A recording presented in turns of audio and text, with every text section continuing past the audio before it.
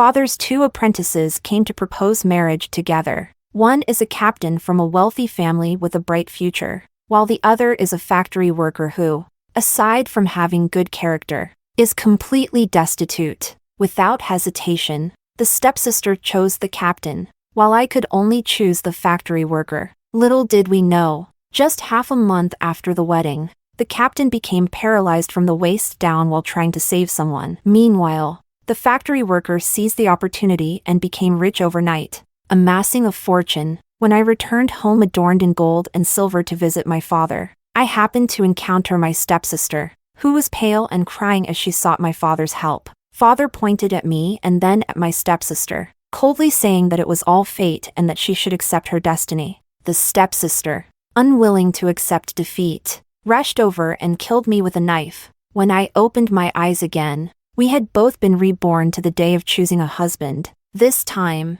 she disregarded etiquette and initiated a relationship with the factory worker. I laughed without a care. This time, family matters were worry-free, and it was my turn to have a respectful husband. Chapter 1. These two came to propose. One was a battalion commander who was promoted faster than me, and the other was a factory worker. Although they are worlds apart now, Domingo is not a fish in a pond. He will eventually rise to prominence. You can choose for yourselves.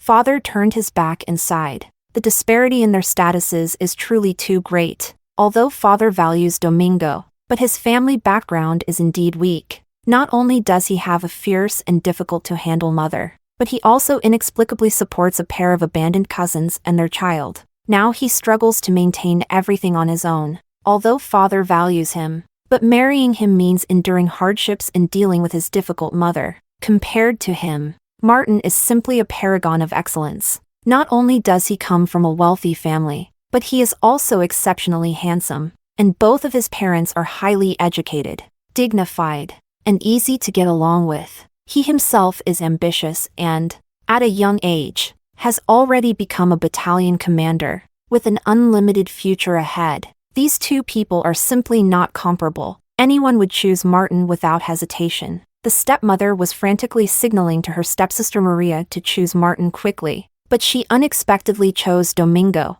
When her stepmother saw her going to take the gift wrapped in a rag by Domingo, she angrily slapped the back of her hand. She gritted her teeth and harshly reminded her, "Are you blind? This is Domingo's betrothal gift, cousin." However, disregarding her stepmother's obstruction, tightly grasped the betrothal gifts sent by Domingo and refused to let go. She even thoughtfully handed Martin's betrothal gifts to me, feigning concern and saying, "Sister, the Chan family has suffered enough.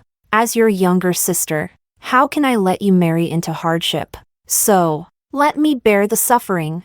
After she finished speaking, she resolutely grabbed Domingo's betrothal gifts and rushed out. The stepmother's crimson gaze looked incredulously at Maria's retreating figure. Her eyes were filled with confusion, as if she felt that Maria was possessed by some kind of demon. She was most afraid of hardship.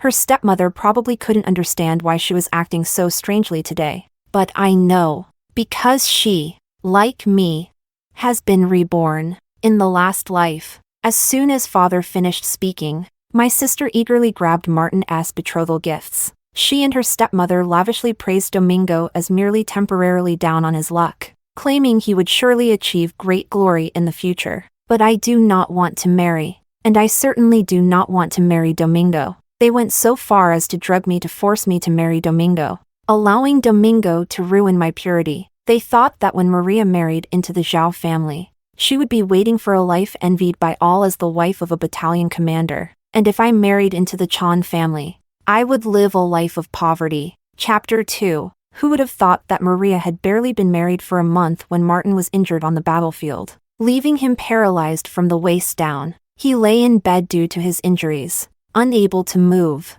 and Maria had no choice but to help him with his bodily needs. Having always been pampered at home, with food served and clothes brought to her, how could Maria endure such humiliation? So, she caused a small disturbance every day and a big one every 3 days. In the end, the Zhao family's parents were extremely disgusted with her. Martin couldn't stand it any longer and filed for divorce. She had not yet been the envy of everyone as an officer's wife before she became the subject of everyone's ridicule. What is even more hateful is that they all spread rumors that she is a harbinger of doom, claiming that it was her fault that Martin became the way he is now. Whoever marries her is doomed. At that time, Domingo received help from his father. He truly hit the right opportunity at that time, overnight transforming from an obscure factory worker into a well-known local tycoon. And the mother-in-law, who was rumored to be difficult, also showed me great respect due to my father's help to Domingo. My life has been smooth. I have a nanny for cooking and a luxury car for going out. With the support of money, dressing up, one becomes more and more attractive. In contrast to Maria, they all say I am Domingo's lucky star. Ever since he married me, his life has been on a smooth path. Domingo firmly believes in such sayings and treats me with great respect. Everything revolves around me, pampering me like a princess. When I returned home adorned in gold and silver to visit my father, I happened to encounter Maria, whose face was pale as she cried to my father. She wanted her father to teach Martin a lesson, but her father knew well that their previous grievances had nothing to do with Martin. Moreover, Martin was seriously ill at that moment. How could he lower himself to cause trouble for him now? When her father saw her return, he could only point at her and then at her stepsister. He coldly said, "You chose this path yourself. Everything is fate, and you must accept your fate." Accept fate? Others said she was a harbinger of misfortune, while they called me a bringer of good luck. She was already filled with grievances and resentment about this, but now her father stood on the side of others, telling her to accept her fate. Of course, the stepsister was unwilling to accept her fate, so she rushed over and stabbed me. Now, however, we are reborn together. As my thoughts returned, I followed Maria to the outside of the factory where Domingo worked. I don't know what Maria told Domingo. Maria playfully intertwined Domingo's fingers, leading Domingo into the woods. Then the two of them, I secretly sighed. In broad daylight, Maria is truly bold to marry into the Chan family.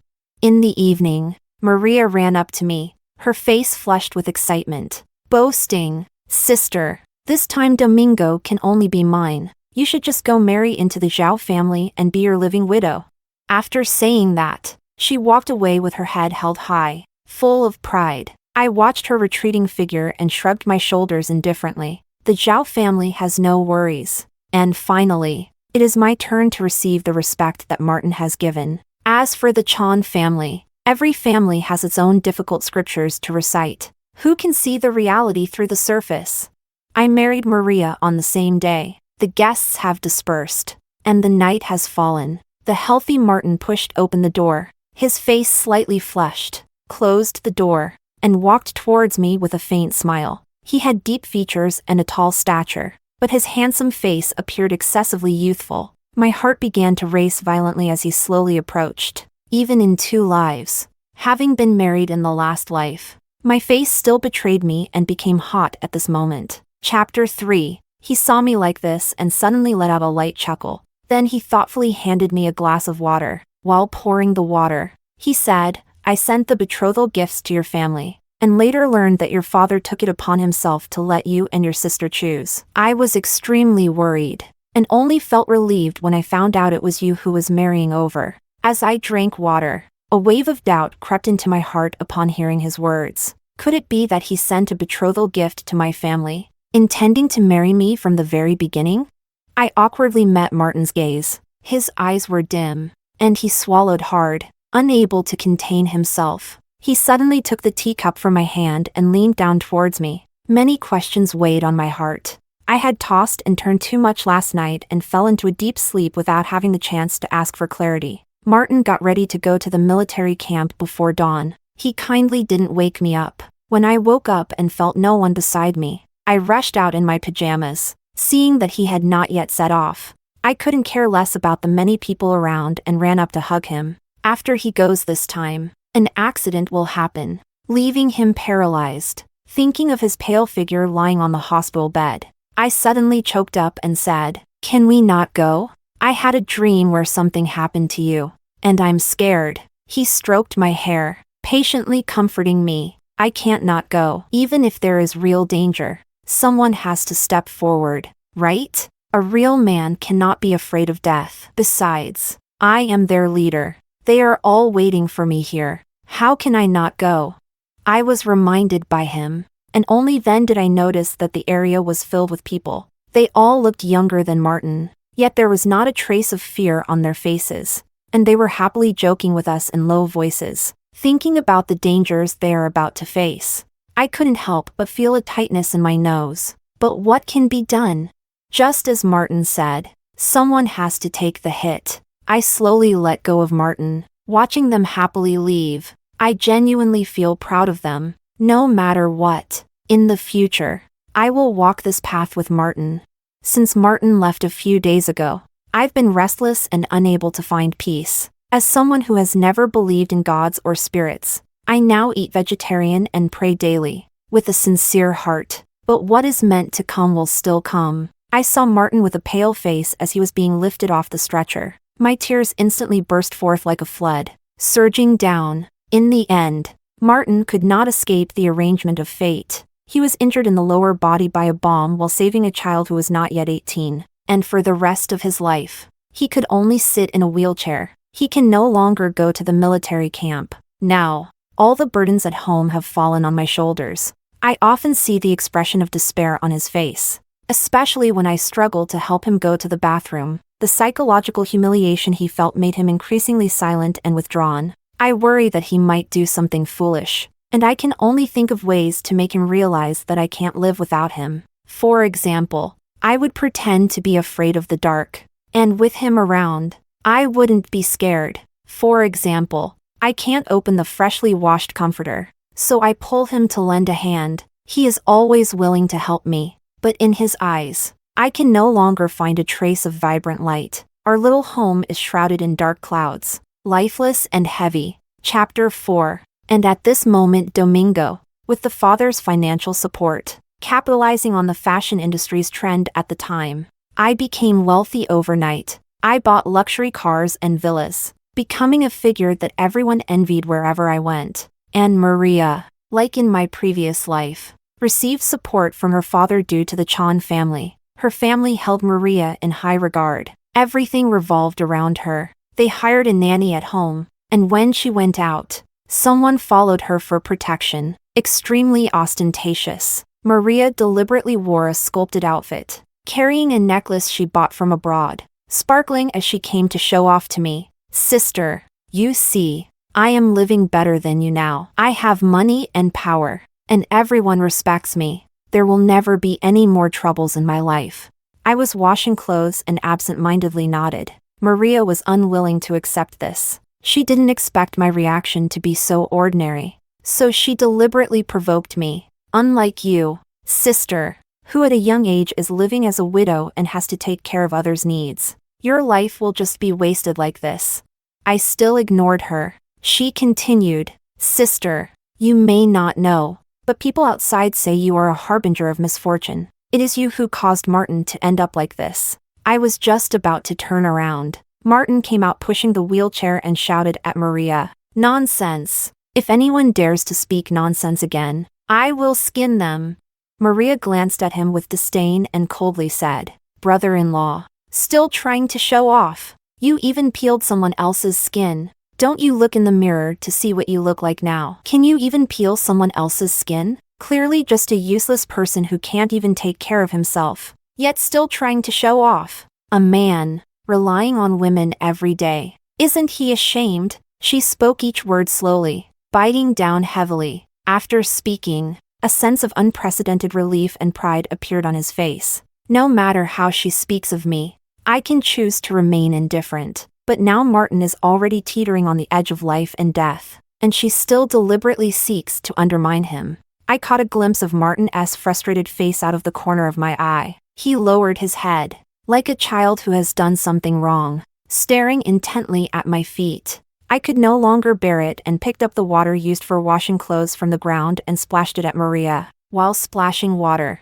I yelled at her angrily, You deserve it. Every day meddling in things that don't concern you.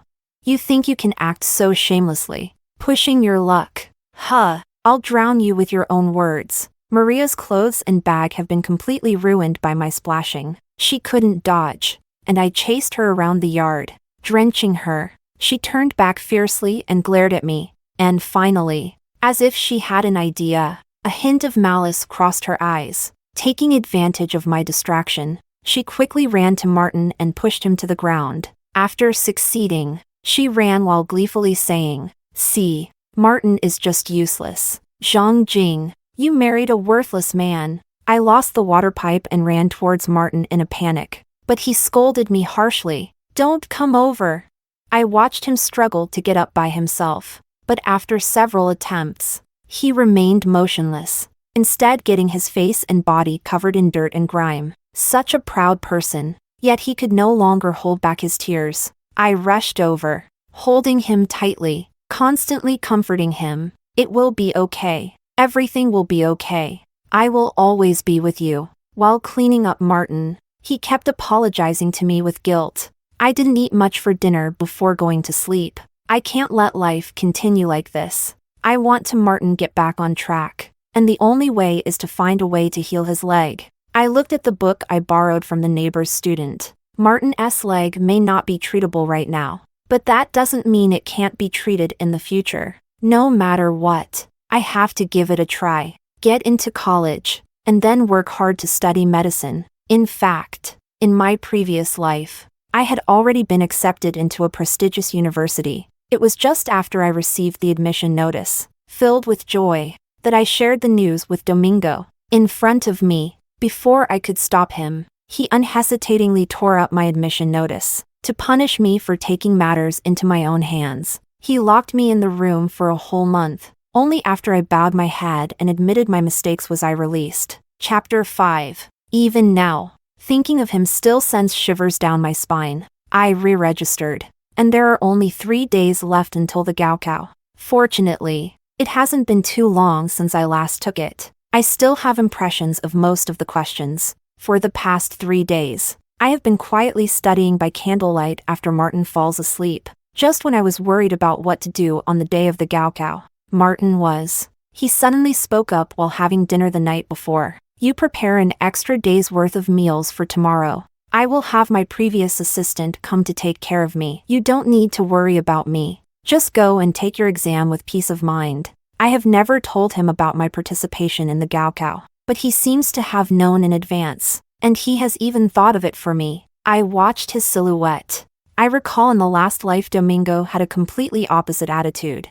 I can't help but feel a bit fortunate. I am fortunate that the person I married in this life is him. In fact, when two people are together, I prefer a relationship of mutual respect and harmony over the fleeting excitement that physical intimacy brings. I successfully participated in the Gaokao. The results will be announced in late July. I will, barring any accidents, be admitted to University A. But that day, before I had the chance to show the admission notice to Martin, I was pulled back home by Maria. "Father, look at my sister. Even with her husband like that, she is still determined to take the Gaokao.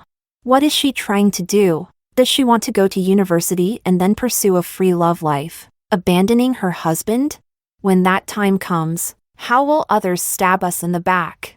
Father glanced at the admission notice and shot me a furious glare. Without saying a word, he slapped me fiercely. "Marry a chicken, follow a chicken, marry a dog, follow a dog. My Zhang family's daughter cannot be with a heartless and ungrateful person. Martin is seriously ill, and you don't take good care of him, yet you want to take the university entrance exam? I see you have already developed ill intentions. This admission notice cannot be kept any longer." After saying this, he raised his hand, as if to tear up my admission notice. My fate has already been torn apart once. Am I really going to be torn apart by my father a second time? "In-law, stop!" Just when I was filled with despair, Martin was pushed in by his parents. He pushed the wheelchair, blocking my way, and took the admission notice from my father's hands to hand it to me. "Take good care of it," he whispered. "Since we got married, I have only seen my in-laws once at the wedding. Later, after Martin injured his leg, his pride kept him from seeing anyone. So, this is our second meeting." They forced a friendly smile towards me. Then they helped my father sit down. Both of them are well-educated and articulate, and their words are gentle. Father-in-law, we all support Zhang Jing in going to university. As for Martin, I will go over to help take care of him. Zhang Jing is a good child. Martin was injured, and she took care of him without a single complaint. A child like her would never do anything shameful. My father-in-law also chimed in, saying, yes, yes. We believe Zhang Jing supports her going to university. Now that the policies are more open, children should strive to develop in accordance with the times. In comparison, my father's recent actions of hitting me seem somewhat unreasonable. I am now a married daughter. Since no one from other families has said anything, he cannot stop me. Maria, who was merely a witness to all this, bit her teeth tightly. Her face contorted in a way that made it seem as if she wanted to shatter her own teeth. After all, in the last life, the Zhao family elders did not evaluate her this way. They were so rigid in their attitude that they wanted to drive her out of the Zhao family. But no matter how much she hated, she could not cross my father to stop me from going to college. My college plans were thus finalized. Chapter 6. My mother passed away early. After her death, my father quickly remarried and had a stepsister. My stepsister is hypocritical, and after being slandered a few times while charging forward recklessly, my personality has become increasingly cautious. So even in my past life, despite not liking Domingo, I was still pushed into marrying into the Chan family. Even though I couldn't tolerate Domingo's behavior, I could only swallow my grievances. But now, with the emergence of the Zhao family, I have tasted the sweetness of having someone backing me up. One night, when Martin was getting ready for bed, I suddenly grabbed him. I asked him, "Do you remember the little girl who was wrongfully accused by her stepmother of stealing money, and you used your own money to cover her losses? You boldly declared that she had a wicked stepmother?" My big, fluttering eyes were resting on his legs, looking at him with anticipation. He suddenly smiled, playfully poking my nose with his finger, and said, "Of course I remember. That poor little thing is you, isn't it?" He hadn't smiled in a long time, and I was mesmerized by the corners of his mouth. Suddenly, I gathered my courage and said, "Do you know that little girl has always liked you?" He leaned down, gazing at me with gentle eyes. "I don't know, but I know that the bride I want to pay the betrothal gifts for is you." The two of them were too close, their warm breaths mingling, the atmosphere enchanting. I quickly stepped back, biting my lip. My face flushed as I ran to the desk, while frantically flipping through the pages. I mustered the last bit of courage and said, "So I will work hard to learn medicine, to heal your leg. I want to be with you for a lifetime." I tightly pinched my hands. My cheeks felt as if they were burning with heat. After a long while, I heard him say, "Then I have to work hard too. I don't want to be called a husband who relies on his wife." From that moment on, not only did I study, Martin also began to learn decryption, like cracking a code for intelligence. I really don't understand it, but he seems to be enjoying himself, drawing a bunch of numbers every day. Since I've been reborn, I don't want to be pushed around anymore. Now is the time of rapid economic development. So, I also took out a portion of money to invest in some industries that made money in my previous life. The money turned around quickly, and in the end Zhao S' mother handed over all of Zhao S' family assets to me to manage. Everything is developing in a positive direction, but Maria couldn't sit still. She pretended to visit Martin with some things, but in reality, she was mocking him. I got pregnant just over 2 months after marrying Domingo. Although he is a rough man, he knows how to please us women. "Sister, look at you. What kind of are you? Living with your brother-in-law? I truly pity you for being with this useless man who is neither a eunuch nor a monk." I rolled my eyes and reminded her, "You are pregnant now, so you must be careful of your brother-in-law." But she didn't understand my implication and thought I was talking about their intimate life. She proudly said, "Sister, don't worry, he treasures me a lot." I glanced at her like an idiot and continued reading. She looked at my book filled with notes with disdain and said, "What's the use of studying? As a woman, can you really change the world? No matter how capable a woman is, in the end, it all depends on the kind of man she marries. Otherwise, it's all useless." Great people say that women can hold up half the sky. Oh, I forgot. You don't read at all, so how could you have any correct thoughts? I sighed. Are you mocking me? She pointed at me angrily and shouted. Study, study, study. I see you all studying to death.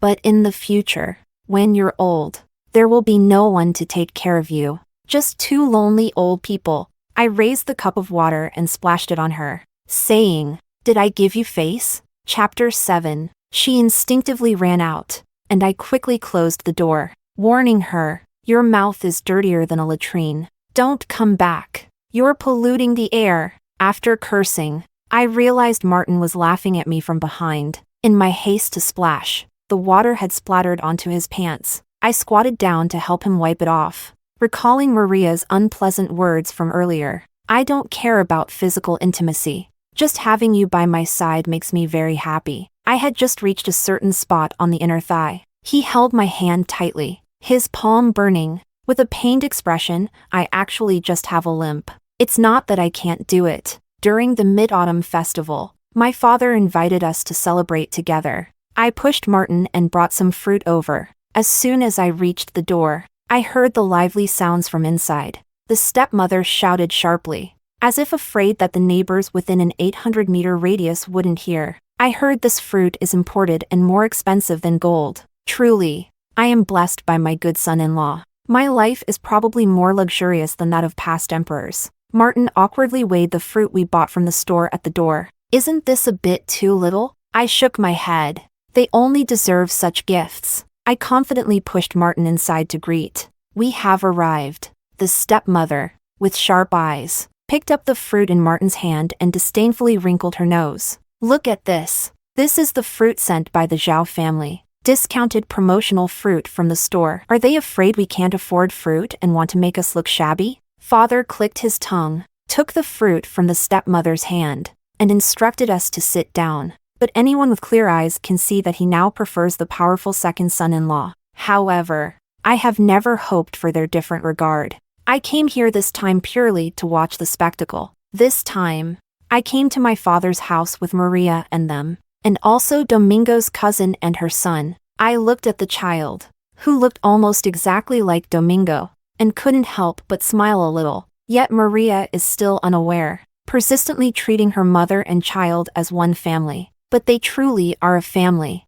During the meal, Domingo suddenly toasted Martin. I stepped in for Martin and explained, he is injured and cannot drink. A slightly tipsy Domingo seemed to just realize, pointing at Martin's leg, and bluntly chuckled. I forgot. Brother-in-law is a paraplegic. I wanted to get up, but was held back by Martin beside me. He smiled at me and said, It's fine. But Domingo seemed unrestrained and continued, Brother-in-law can't be an officer now, and he can't rely on my sister to support him at home, right? In that case, my company still needs a security guard. I'll pay you a little salary. You won't have to do anything. Just sit in the wheelchair and help me watch the door. After he finished speaking, he mockingly winked at Martin. I couldn't hold back and retorted directly, since you haven't eaten at your brother-in-law's place. You shouldn't worry about these trivial matters. As soon as I finished speaking, the stepmother slammed her chopsticks down and shouted at me.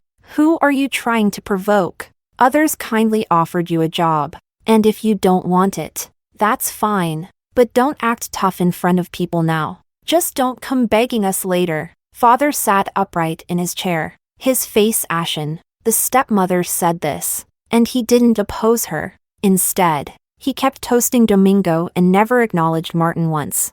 I regret a bit. Had I known that my father would be so snobbish, I shouldn't have brought Martin into this mess, causing him to suffer for no reason. However, Domingo is being a bit too optimistic. Although it is a time of rapid economic development, becoming wealthy overnight like him, while wanting to remain above board, is impossible. Moreover, with so many people in his backyard, it's uncertain when a fire might break out. Chapter 8. I started to follow what I learned in school, helping Martin rebuild his legs. I originally thought that a person as proud as he was would not be able to endure humiliation. Yet I did not expect that after this ordeal, I found that his character had become much more resilient. The the external pain inflicted on him did not lead him to view himself negatively. Instead, he became more cooperative with me and worked even harder to learn the art of decryption. In the second semester of my freshman year, Martin followed closely in my footsteps and entered the Decryption Research Institute, and he quickly began to show some promise. It allowed everyone to see that even if he was not in the military camp, he could still shine brightly in other fields. I was unwilling to fall behind, and in 6 months, I completed all the textbook knowledge, actively participated in internships, and gradually became familiar with practical operations. Meanwhile, the businesses I invested in according to my memories from my previous life have also started to bear fruit. Even though we haven't become suddenly wealthy like Domingo, our family can almost live the latter half of our lives without worrying about money. However, at that time, the Chan family was in complete disarray. This was because the heavily pregnant Maria discovered Domingo with his mistress. The mistress was arrogant and even came to my father's house to cause a scene. She unreasonably claimed that Maria had stolen his love, rather than acknowledging that she had taken away Maria's marriage. Despite being heavily pregnant, Maria fought with her. In the end,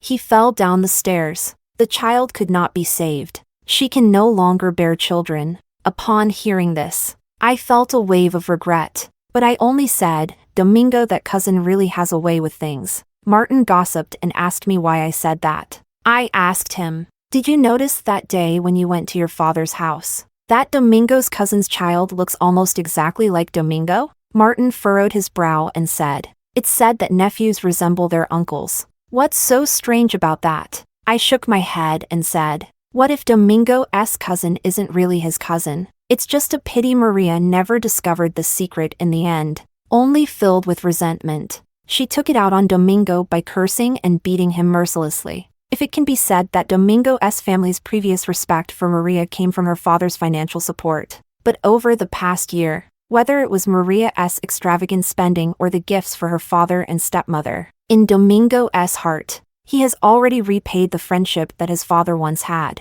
Moreover, Maria now no longer has the ability to bear children. Domingo no longer has the patience he once had for her. When Maria hit him, he did not hesitate to return the slap fiercely, and threatened her, "If you dare to cause trouble again, I will make you leave with nothing. You won't get anything." Domingo's attitude changed too quickly. How could Maria adapt? She lost her child, lost her ability to bear children, and now she has even been slapped by him. With a heart full of grievances, how could she care about so much? Without a second thought, she got into a scuffle with Domingo. Both of them were injured. Looking extremely disheveled, Maria was already at a disadvantage physically, and her injuries were even worse. Yet even seeing her lying on the ground covered in blood, too weak to move, Domingo still did not glance at her, resolutely slamming the door behind him. Chapter 9. When I saw Maria again, she no longer had that once imperious pride. She had lost weight all over. Her complexion was sallow, and there were dark circles under her eyes. There was no sign of life in her gaze. "Sister, you must be very proud. In this rebirth, I still haven't lived as well as you." I took a sip of coffee and casually said, "I have never thought about comparing myself to you. Living life, the warmth and cold are known only to oneself, and it has never been for the sake of others. Also, don't come to talk to me again. Considering it, we are indeed enemies." She smiled faintly. Her lips carried an unshakable bitterness. I looked at her current appearance, and for a moment, I saw the version of myself who had the admission notice torn up by Domingo and was locked in a room for a month. Thinking of Domingo's self-satisfied smirk, I couldn't help but remind Maria, "Domingo became rich overnight. Haven't you thought that something might be wrong with that? And his cousin's son. I suggest you better get a paternity test done between him and Domingo." After speaking, I turned and left. "Why do you want to help me?" she suddenly called out to me. I stopped in my tracks, memories flashing back to the fear I felt being dominated by Domingo at Chan's house. And then there was his cousin, who always appeared like a shadowy figure, but I knew she was the venomous snake lurking behind. In my previous life, if it weren't for her instigating things early on, how could I have had my admission notice torn apart? And this time, causing Maria to lose her pregnancy and her ability to bear children. I found out that the mistress was merely a pawn pushed forward by Domingo's cousin. I thought for a moment and said, perhaps our fates are intertwined. The only woman I wish to help is not you. Maria has finally used her brain a bit. She first took care of herself, pretending to submit to Domingo, allowing everything to remain the same. Then she quietly went to do the paternity test for the child with Domingo, feigning grievance. She threw all this evidence in front of Domingo. Only then did Domingo have to explain that his cousin was a child bride he brought from his hometown. He had no choice back then due to poverty, which is why he had to conceal their identities and marry Maria to gain his father's support. Maria, surprisingly good-natured, did not blame him. Instead, she felt sorry for him. She managed to coax Domingo into submission. Instead, it made Domingo feel guilty towards her. Maria pouted and said somewhat aggrieved, unfortunately, I can't help you have children now, but I really don't want to be a burden to you. Seeing you struggle so much, I want to do my part to help you. She blinked her eyes, scratching Domingo's heart with desire. Otherwise, I'll go to the company to help you. It also saves me from thinking about my child who is about to be born every day. Domingo, what reason was there to refuse? Looking at Maria's aggrieved expression, he nodded without a second thought. Maria had a smirk of triumph at the corner of her mouth. From then on, she also began to bury herself in her studies. However, what she studied were all matters related to company management. During this time, several unfamiliar faces were introduced. To say that those faces were unfamiliar is not entirely true, because anyone who frequently visits the police station would certainly recognize them. Maria was surprisingly quick. In just 2 months, she sent Domingo to prison. The reason is that Domingo started the company to seize business opportunities.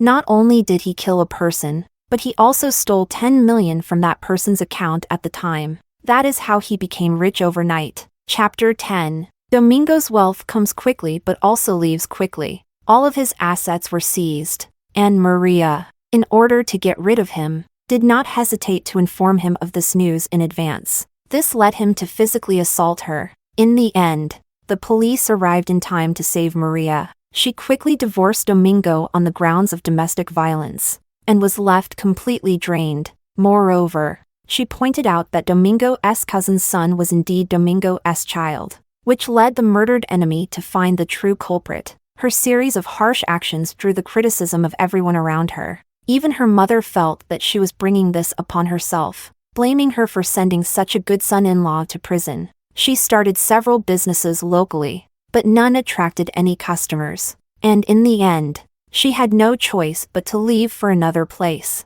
Before leaving, she came to see me. At that time, Martin was already able to stagger while supporting himself on things, and I was also pregnant, with a slight visible bump. My in-laws were taking care of us at our home. The family was harmonious and joyful. Maria stood at the door for a long time, and in the end, it was I who saw her. She didn't go in, but from a distance, she said to me, "Sister, thank you."